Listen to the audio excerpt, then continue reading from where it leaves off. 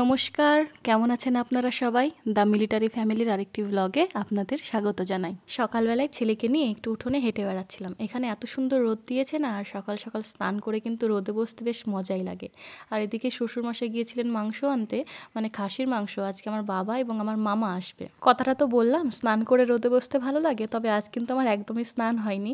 মানে সকাল থেকে জানি না কী করছে, একটু লেট হয়ে গেছে। ওদিকে বাবা মামা আসবে তো এবার রান্না বান্না করতে হবে। সকালবেলায় যদি স্নানটা করতে যাই, স্নান কাচাকুচি তারপরে পুজো করা, সেটা করতে গেলে অনেক দেরি হয়ে যাবে। তাই ভাবলাম আগে রান্নাগুলো ঝটঝট করে নিই, তারপর একেবারে স্নান করে ফ্রেশ হয়ে নেব। আর মামা কিন্তু মানে ঘুরতে আসছে আমাদের বাড়িতে এই প্রথমবার। এর আগে এসেছে কেমন বলো তো, ওই বাড়িতে নেমন্তন্ন হতো, মামা আসতো। মামা যেহেতু বাইরে থাকে, কলকাতায় থাকে, তাই সেভাবে আসতে পারে না। কিন্তু এই প্রথম মামা ঘুরতে আসছে, তাই মানে এত আনন্দ লাগছে, মানে বলে বোঝাতে পারবো না। আমরা তো মায়ের বাড়ি গিয়েছিলাম, তখন কিন্তু মামা এসেছিল না। তারপর আমরা মায়ের বাড়ি থেকে আসার একদিন দুদিন পরেই মামা আবার কাজ থেকে ওখানে এসেছে বাড়িতে। এবার মামা মানে আমার ছেলেকে খুব ভালোবাসে, তো মানে আমার ছেলে, দিদির ছেলে, দাদার মেয়ে, মানে বাচ্চাদেরকে খুবই ভালোবাসে। তো ওখানে ছেলের সঙ্গে যেহেতু দেখা হয়নি, মামা আবার কাজে ফিরে যাবে, সেই জন্যই আর কি আজকে আসছে দেখা করতে। আর আমি কিন্তু এদিকে দুটো কড়াইয়ে রান্না বসিয়ে দিয়েছি। কি বলো তো, সকাল থেকে কি যেন করছিলাম, করতে করতে ওই 9:30 বেজে গেছে। আর মামারা আসবে ওই 12টা 1টা নাগাদ। এবার আমার কি মনে হয় বলো তো, কেউ বাড়িতে আসার আগেই আমি একদম রান্নাবান্না করে, কিচেন ক্লিন করে আমি নিজে ফ্রেশ হয়ে রেডি থাকবো, যে মানে কেউ আসলে যাতে একটু কথা বলতে পারি। কেউ আসলো বাড়িতে, সেই সময় রান্না করতে গেলাম, সেটা কিন্তু একদমই ভালো লাগে না।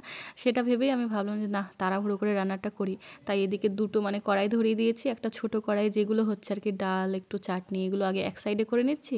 আর এক সাইডে এদিকে শাক টাকগুলো করে নিচ্ছি। আলু ভেজেছিলাম। এটা কিন্তু কলমি শাক, মানে ব্যাঙ্গালোরে তো পেতামই, কিন্তু এখানকার কলমি শাকগুলো কী বলো তো, একটু অন্যরকম হয়, ছোট ছোট হয়। আর ব্যাঙ্গালোরের কলমি শাকগুলো খুব বড় বড় হয়, গাছের মতো। তো এই কলমি শাকগুলোও খেতে ভালো, কিন্তু আমার এটা খাওয়ার পরে মনে হয়েছে যে না, মানে ব্যাঙ্গালোরের কলমি শাকগুলো একটু বেশি মিষ্টি মিষ্টি খেতে, ওটা বেশি টেস্টি ছিল। আর এই মানে তরকারি কাটা, তারপরে রসুন পেঁয়াজ ছাড়ানো, সব কিছু কিন্তু ওদিকে শাশুড়ি মা করে দিয়েছে, তাই কিন্তু আমি মানে ফটফট করে রান্নাগুলো করতে পারছি। ওদিকে টমেটোর চাটনি বসিয়েছি, আর ওই মানে গতকালকের ওই মিষ্টির কিছুটা রস ছিল, শিরা ছিল, সেটা দিয়ে মানে চাটনিটা রান্না করব, খেতে ভালো লাগে।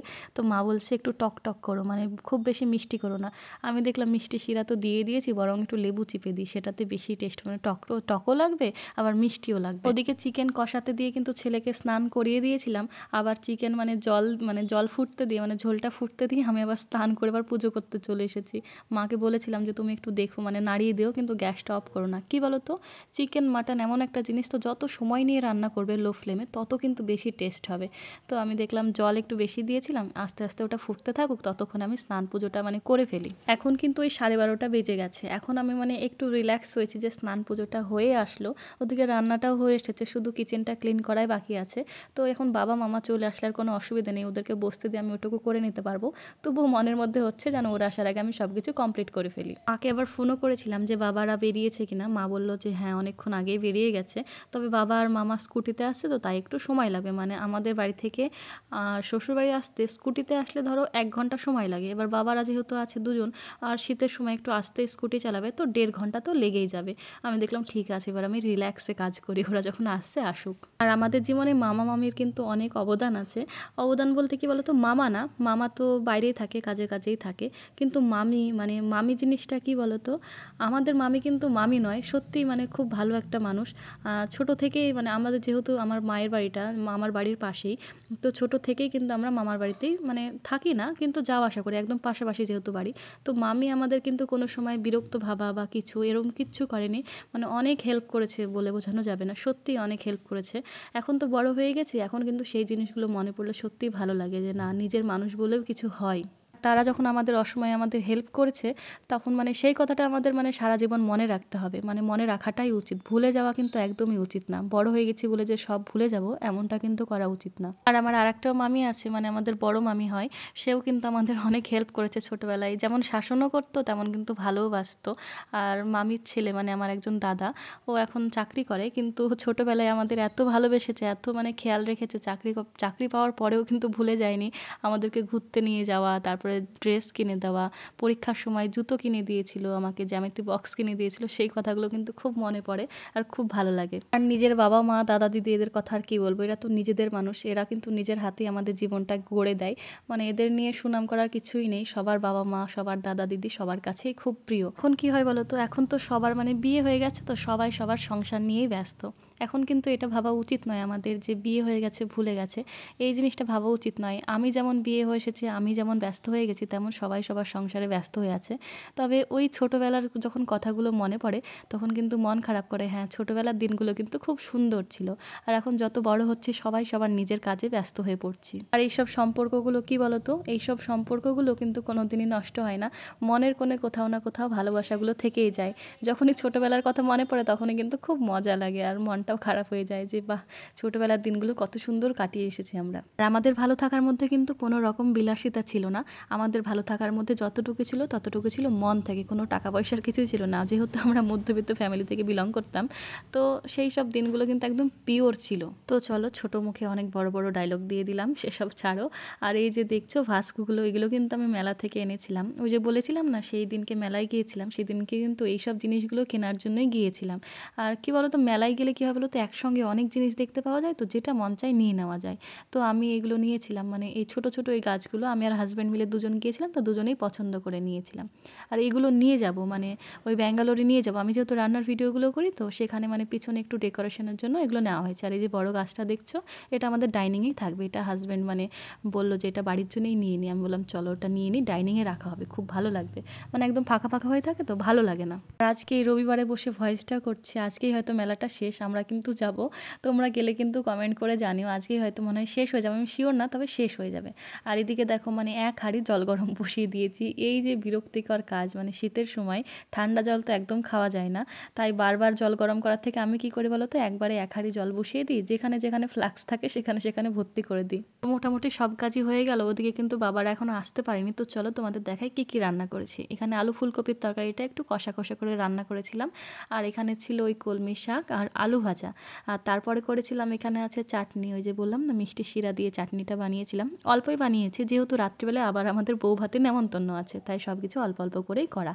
আর এখানে ছিল মাটনটা, মানে রান্না করেছি সেই ভিডিওটা দেখাতে পারিনি। মানে মাটনটা বসিয়ে দিয়ে আমি কিন্তু ওদিকে অনেক কাজ করে ফেলেছি। বললাম না, ছেলেকে স্নান করিয়েছি, নিজে স্নান করেছি, পুজো করেছি, ঘরটা গুছিয়েছি, তাই আর ভিডিওটা করা হয়নি। আর এই মাটন কিন্তু আমার খুব ফেভারিট, মানে কি বলবো, আমাকে যদি অপশান দেওয়া হয় অনেক রকম সবজি চিকেন যত কিছুই দাও না কেন, আমার কাছে কিন্তু মানে শুধু ভাত আর ওই মাটনটা দিলেই যথেষ্ট, আমি এত ভালোবাসি খেতে।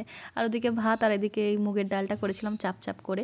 তো চলো এখন ছেলেকে একটু খাওয়াতে বসি, ওরা যেহেতু আসছে না, দেরি হয়ে যাচ্ছে, এদিকে আবার 1:30 বেজে গেল, এখনও আসেনি, তাই ভাবলাম ছেলেকে একটু খাইয়ে নিই। আর ওকে খাওয়াতে গেলেই প্রথমেই ও কী বলবে বলো তো, আগে ও জল খায়, তারপরে ভাত খায়। কী করে বলো তো, সবসময় ছুটোছুটি করতে থাকে, তো তাই মানে যখন খেতে বসে তখন একটু থামে, তো তখনই ওর জল তেষ্টা পেয়ে যায়। আমি দেখলাম দাঁড়া, ওকে মিক্স করে নিয়ে আসি জলটা, ঠান্ডা গরম মিলিয়ে। মানে ও গরম জল একদমই খেতে চায় না, মানে এমন করে মানে জলটা মেশাতে হয়, মানে ঠান্ডাও লাগবে না গরমও লাগবে না, এমন করে মানে মিশিয়ে দিই। তোমরা চিকেন খেতে ভালোবাসো না আর মাটন, সেটা কিন্তু আমাকে জানিও। আর কোথা থেকে কারা ভিডিও দেখছো আমাকে প্লিজ কমেন্ট করে জানাবে। মানে আমার আশেপাশে থেকে, বাড়ির আশেপাশে থেকে কেউ ভিডিও দেখলে আমার কিন্তু খুবই ভালো লাগে। তবুও তোমরা জানিও তোমরা কোথা থেকে দেখছো। আবার এদিকে বাড়ি আসতে আসতে কিন্তু মানে ওই 10-12 দিন হয়ে গেল। কি বলো তো, ওখানে যখন থাকি তো তখন মানে প্রথম প্রথম গিয়ে বেশ ভালোই লাগে, বাড়ির প্রতি অত টান থাকে না। তারপর যখন আবার চলে আসি তখন কিন্তু আসলে আর যেতে মন চায় না, তখন মনে হয় আর কটা দিন যদি থাকতে পারতাম তাহলে খুব ভালো হতো। কিন্তু তা তো হবে না, যতদিন সুযোগ পাওয়া যায় আর কি হাজব্যান্ডের সঙ্গে থাকার। এরপরের পোস্টিংটা কোথায় আসবে, আমরা কোথায় থাকবো, ও কোথায় থাকবে, এখনও কিন্তু কিছুই জানি না। ওদিকে ছেলেকে খাইয়ে দিয়েছি আর এই যে জল গরমটাও হয়ে গেছে, তাই ভাবলাম ফ্লাক্সটা ভর্তি করে নিই। যাদের হাজব্যান্ডরা মানে আর্মিতে আছে, মানে যেমন ধরো আমরা যেহেতু কোয়ার্টারে থাকি, তো আমাদের কি মনে হয় যে সবসময় মনের মধ্যে কিন্তু একটা টেনশন থাকে যে কোথায় পোস্টিং আসবে, দ্বিতীয়বার আবার যেতে পারবো কি পারবো না। মানে একসময় এই 3 বছর একসঙ্গে থাকতে থাকতে তারপরে যখন আবার মানে আলাদা হয়ে যায় তখন কিন্তু একদমই ভালো লাগে না।